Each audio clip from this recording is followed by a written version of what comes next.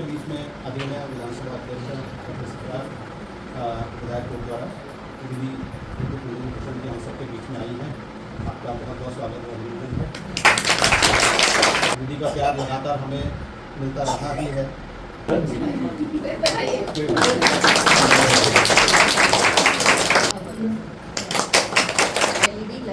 वैसे तो निगम का काम है एलईडी की लाइट लगाना, आपके वार्ड मेंबर को ही काम करना चाहिए, लेकिन ऐसा अब नहीं हो रहा है तो फिर मैं करूँगी। आप ऐसा करिएगा या तो राजीव को या जिसको भी आशीष को जिसको भी लिखवा दीजिए कि हमारे इलाके में 4 ऐसे पोल हैं जिनमें लाइटें नहीं, तो हम धीरे धीरे व्यवस्था करेंगे हमारे इलाके में, क्योंकि एक पोल की कीमत 12,000 से 15,000 रुपये आती है। लाइट को लगाना इतना कठिन नहीं है, लेकिन पोल थोड़ा सा मुश्किल होता है।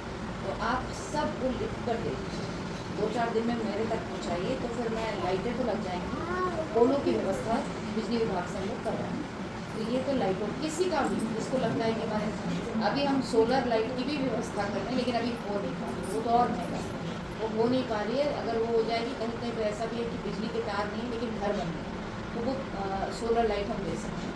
अभी सिर्फ एलईडी लाइट और पोल का आप लिखवा दीजिएगा, एक कागज में आप लोग लिख के ले आइएगा, उनका घर, उनका एड्रेस, उनका फ़ोन नंबर और कौन जिम्मेवारी लेगा, उन 3-4 फोटो आप लेंगे, लेकिन कहाँ किसके घर के सामने लगेंगे उनका एक एड्रेस मुझे मिल जाए, और जितनी जल्दी मिल जाएगा लाइटें हम उतनी जल्दी लगाएंगे।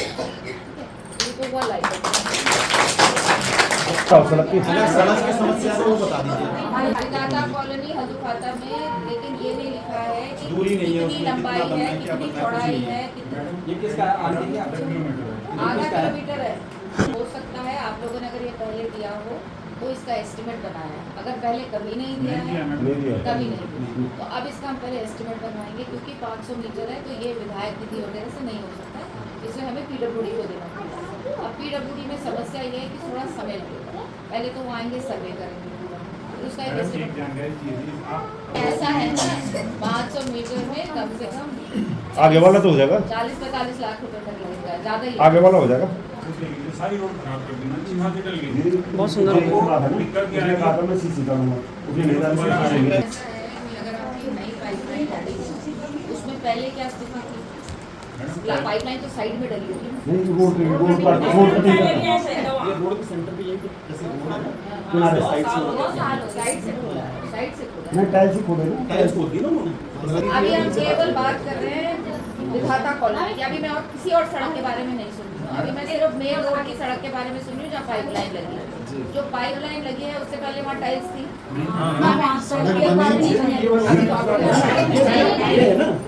ये बनने के बाद इसमें पाइपलाइन जिसमें आप आएंगे जैसे आपने बनवाई थी, इसके बाद इन्होंने पाइपलाइन के लिए खोदी था 15-20 दिन उसके बाद तो इन्होंने पैक करनी थी, पैक नहीं करी। करेंगे अभी हाँ, तो डली होगी।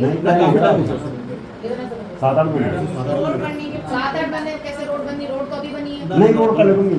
रोड पहले 15-20 दिन बाद खोदने में उसने के बाद उन्होंने काम शुरू करा। हमारी तो सड़क बनी हुई थी, उनको आपने तोड़ दिया, उनमें तो टाइल्स लग गई थी।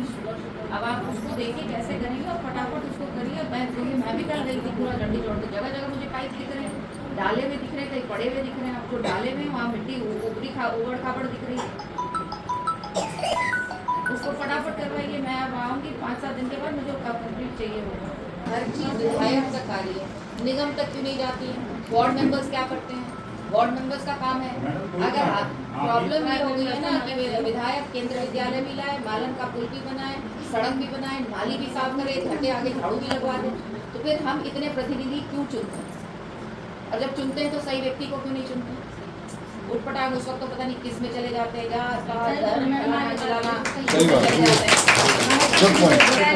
और उसके बाद होता क्या उस वक्त नहीं सोचते जब आप वोट कर रहे हो। क्योंकि मैं बार बार इस बात को कहती हूँ, आपका एक वोट आपके जीवन को बहुत बदल सकता है। तो उस वक्त सही चुनाव करना चाहिए, क्योंकि सीढ़ी क्यों बनी भाई? अगर विधायक ही को सब काम करना था तो फिर वार्ड मेंबर की जरूरत नहीं थी, मेयर की जरूरत नहीं थी, सांसद जी की जरूरत नहीं थी, तो सिर्फ विधायक ही सब कुछ कर देता ना। प्रॉब्लम यही हो रही है कि हम वार्ड मेंबर कह देता है कि फिर मेरे बस की बात क्यों नहीं है भैया तेरे बस की बात? जब तुम विधायक वार्ड मेंबर जब लड़ने मेरे पास वोट मांगने आए थे तब तो कहते मैं पूरा वार्ड बदल दूंगा। तो इन चीज़ों का भी ध्यान रखना चाहिए। इस रोड को आप निगम में भी डालिए, वहाँ का वहाँ पे दे देंगे इसको साथ में। आप वहाँ डालिए। अब आप अगर कहेंगे कि 100 मीटर बना दो तो हम 100 मीटर बना देंगे, लेकिन वो कौन सा 100 मीटर होगा वो आप तय करके मुझे बता दीजिएगा। फिर पता चला यहाँ हमारा किसी ने मैडम, वो एक प्रस्ताव देना होगा। नहीं यहाँ से मैडम नमस्कार मैडम जी, ऐसा है कि मैं शुगरपुर में हूँ। यहाँ एक विधाता कॉलोनी है जिसमें 500 मीटर की सड़क बनी है, जिसका शायद आपको पत्र मेरे द्वारा भेजा जा चुका होगा। उसको ज़रा आप देख लीजिए, और अगर आपको आज और कल में पता चलता है तो मुझे ज़रा इसको बताइए कि क्या स्थिति है, एस्टिमेट बन रहा है कि नहीं बना है। नहीं बना है तो बिल्कुल प्रायोरिटी पे इसको बना के ज़रा मुझे 2-4 दिन में 10 दिन में विधाता कॉलोनी हल्दू खाता मल्ला और नंबर 33 से मंदिर से अंदर रोड है, नए नए के सामने पूरा तोड़ दिया है और सरियाने से खड़ी हो रही है। बच्चों के आने जाने का बहुत दिक्कत है इसके लिए। और वहाँ पे पानी जमा हो रहा है, लाइट नहीं है। 8-10 मकान बन चुके हैं, वहाँ पे बिल्कुल लाइट नहीं है। एक चीज़ और समझा दूँ आप लोगों को, बहनों को, कम से कम आप लोगों ने तो गलतियाँ कर दी, आगे मत बने। पानी, बिजली, सड़क जो आपको बेचता है ना ज़मीन, उसको देना चाहिए। सरकार नहीं देती है, कहीं नहीं देती है। सिर्फ इस कोट द्वार में मैं देखती हूँ वो माफिया बेवकूफ़ बना रहा है जनता को। सड़क नहीं दे रहा है, पोल नहीं दे, सारा कुछ उसको ला कर देना है। सब कुछ उसको आपके घर के बाउंड्री तक पानी की पाइप ला के देनी है, उसके बाद आप कनेक्शन हमसे लेंगे। लेकिन यहाँ तो ये हो गया है कि पहले मकान बन जा रहे हैं, उसके बाद सड़क बन रही है, उसके बाद पोल लग रहे हैं, उसके बाद पानी आ रहा है। नहीं तो झांसा दे रहे हैं तो हम लोगों को अब समझदार तो होना पड़ेगा ना। वो तो मजे करके चला गया, उसने तो 50 लाख भी ले लिया, उसका धेला नहीं लगा, उसका तो धेला नहीं लगा। 4 पत्थर डाल दिया, रोड बता ये नहीं होने दीजिए आगे, कम से कम इस तरह की चीज, तभी हम ये माफिया लोगों से बच पाएंगे। और किसी ना भाई पे विश्वास करिए, ना बंधु पे विश्वास करिए। सब माफिया जो जमीन बेचने आ रहा है, अपनी जमीन खुद चेक करो, जाओ नगर निगम, किसी पर विश्वास। ऐसी किस्से यहाँ हो गए कि जमीन बेच दी है, जमीन ही नहीं है। और किसी पर विश्वास नहीं करो, मैं तो अगर अपने भाई पर भी मत करो, जाकर चेक करो। यहाँ इतनी गंदगी हो गई है कोट द्वार में जमीनों को लेकर कि लोग ऐसे खरीद रहे हैं, और ऐसे सब भूमाफिया हैं, सब बेवकूफ और आपस के ही लोग बनाते हैं। यमकेश्वर में तोली गांव की 100 नाली बेच दी, और जिसकी बिकी उसको पता ही नहीं है।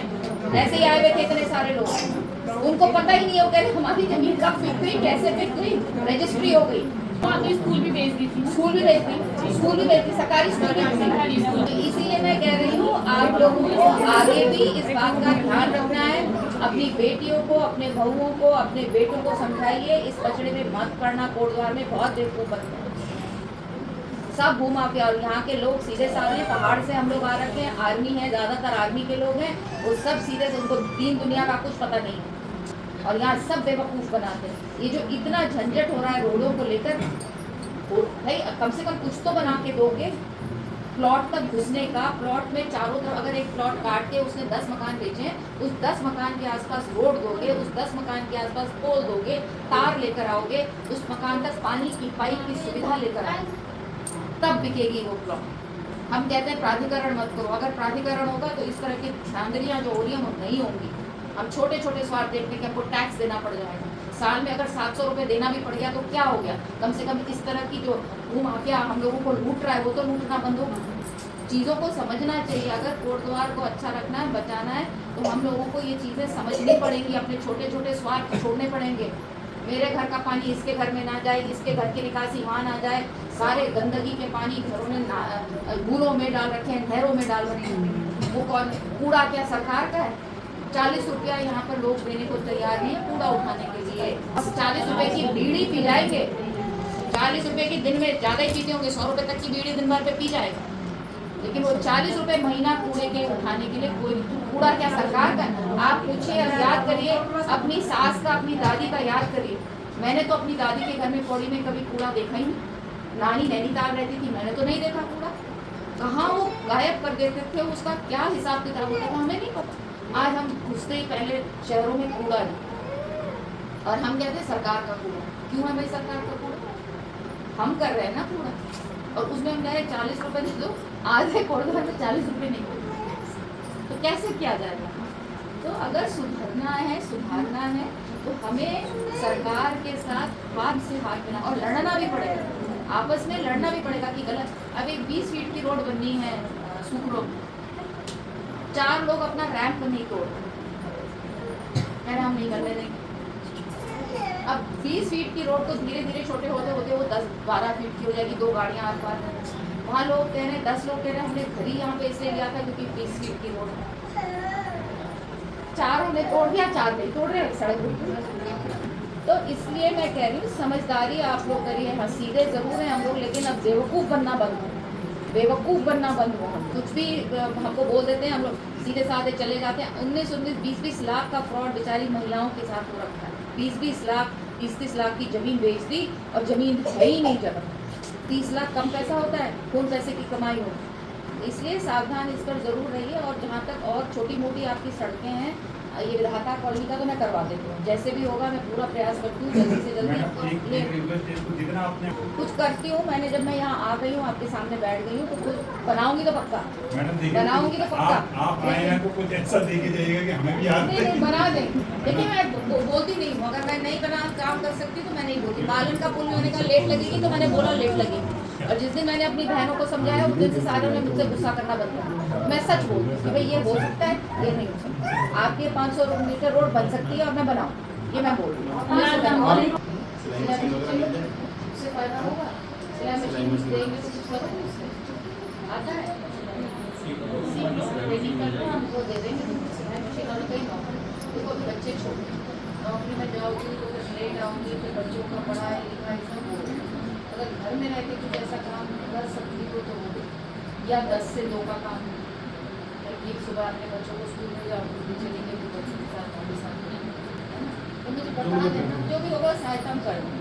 लाइट के आप सब यहाँ लिख के दे देना किसके घर के सामने का पोल, ठीक है। वो मैं लाइट का करवा दूँगी, आपकी सड़क मैं करवा दूँगी, 500 मीटर आपका भी मैं करवा ही दूँगी, जैसे भी अगर नंदी को लेकर हम लोग सब बहुत परेशान होते हैं। लेकिन आखिर आप अपने आप से पूछिए वो गाय सड़क पर कैसे आ गई, वो नंदी सड़क पर कैसे आ गई। यहाँ पे मतलब कुत्तों से मैम बहुत देखो ऐसा है, 2 चीजें हैं। जो कुत्ते हैं वो अब हैं, उनको हम प्रयास कर रहे हैं कि उनका वैक्सीनेशन हो, उनका स्टरलाइजेशन हो। आपको बताऊंगी एक कुत्ते के स्टरलाइजेशन के लिए 4000 रुपये लगते हैं और 5 दिन उसकी सेवा करनी पड़ती है, तब जाकर के होता है। तो ऐसे बहुत से ऑर्गेनाइजेशन लगे हुए हैं। ABC सेंटर एक होता है जो कि केवल इसी काम के लिए होता है, बंधाकरण करने के लिए, कुत्तों के लिए या बिल्लियों के लिए। तो उसको हम प्रयास कर रहे हैं। जमीन हमने देख ली है, पैसा लगभग सैंक्शन हो गया। समस्या है कुत्तों की, बहुत बड़ी समस्या है क्योंकि बहुत तादाद में पैदा हो रहा है। क्या कर सकते हैं अब उसमें यही हो सकता है ना कि हम उनको वैक्सीनेट करा दें ताकि आगे वो दिक्कत रेबीज वगैरह ना हो। इंद्रजीत है उसका, वो और उसकी वाइफ करते हैं, तो हम लोग सपोर्ट करने का प्रयास कर रहे हैं।